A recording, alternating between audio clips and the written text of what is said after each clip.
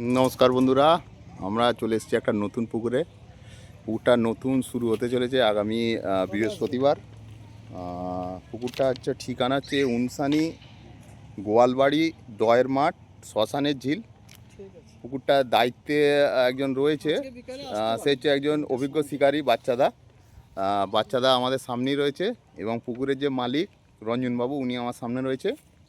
তো আমরা এখন জেনে নেব পুকুরের কি কন্ডিশান, পুকুরে কিরম কি মাছ আছে, এবং পুকুরের কত টাকা রেট, কী ছাদ কী টোপ, সেগুলো আমরা রঞ্জনবাবু এবং বাচ্চাদার থেকে জেনে নিচ্ছি। আচ্ছা, রঞ্জনবাবু নমস্কার। বাচ্চাদা নমস্কার। দুজনকে একসাথে দাঁড়ানোর জন্য একটু অনুরোধ করছি, ঠিক আছে? আচ্ছা, এই পুকুরটা শুরু হচ্ছে কবে থাকতে আপনাদের? 20 তারিখ থেকে। 20 তারিখ থেকে, নভেম্বরের 20 তারিখ। নভেম্বরের 20 তারিখ থেকে। বা বৃহস্পতিবার। পুকুরের রেট কত করেছেন? 1800 টাকা। ছিপ ক গাছা? 3 গাছা ছিপ, ছাতুর টোপ, টিপি আর পাউরুটি। আচ্ছা, এটা কি লটারির সাহায্যে হবে না বুকিং সাহায্যে? না, সব একদিনের বুকিং। একদিনের বুকিং, এবং যে ছিপ ফেলবে তাকে 12টার মধ্যে যে জেনে নিতে হবে সে তারপরের দিন ফেলবে কি না ফেলবে, তারপরে বাদবাকি ডিসিশনটা সে তারা নেবে, তাই তো? যেরকম পুকুরের নিয়মে তল ভাষা তো অ্যালাউ নেই। আচ্ছা, মাছ কিরম সাইজের আছে একটু যদি বলেন? মাছ ওই 500 থেকে 1.5 কিলো পর্যন্ত। 500 থেকে 1.5 কিলো, তাই তো? এবার পুরাতন মাছ কি আছে বলতে পারবো না। রুই মাছ 3 সাড়ে 3 এর পুরাতন মাছ আছে, মৃগেল মাছও আছে, ওগুলো পুরাতন মাছ। আচ্ছা, কোন মাছটার বেশি চাপ আছে, কাতলা না মাছটা। কাতলা মাছ? আচ্ছা, কাতলা মাছের সাইজ কেমন আছে? 700 থেকে 1 কিলো 800 পর্যন্ত।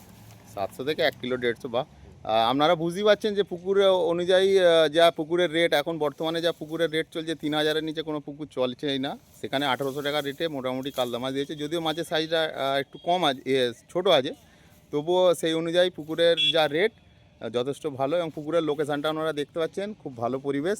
কিন্তু পুকুরটার একটা একটু বাঁ দিকে যেখান থেকে পাশটা শুরু হচ্ছে সেখানে একটুখানি দ্বীপ মতো আছে, কিন্তু যেহেতু দড়ি দেওয়া থাকবে সেই জন্য কোনো সমস্যা হবে না আশা করছি। তো একটু নাম্বারটা একটু চাইছি, আপনার নাম্বারে যোগাযোগের জন্য রঞ্জনবাবুকে একটু অনুরোধ করছি। ওই তো ওখানে হ্যান্ডবিলে দেওয়া আছে। 43125516 জেনে নিলেন। তাছাড়াও আমি হ্যান্ডবিলটা আপনাকে দিয়ে দিচ্ছি আমাদের এই ভিডিওর মাধ্যম দিয়ে, আপনারা আসতে পারেন, যোগাযোগ করতে পারেন রঞ্জনবাবুর সাথে। বাচ্চারা তো রয়েইছে, আর মাছ খাওয়া না খাওয়াটা সেটা টোটালি পুকুরের ওপর ডিপেন্ড করবে বা শিকারির ওপর ডিপেন্ড করবে। আমার কথায় আপনারা আসবেন, তা আর আমাকে কিছু বলবেন না, আপনারা জেনে বুঝে সিট বুক করবেন।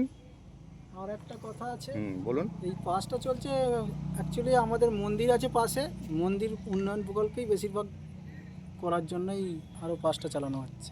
ঘুরিয়ে দেখিয়ে দেবে মন্দিরটা। হ্যাঁ, এখানে দেখতেই পাচ্ছেন একটা মন্দির আছে, মন্দিরের উন্নয়নকল্পে পাসটা চলছে, ঠিক আছে? আপনারা আসুন,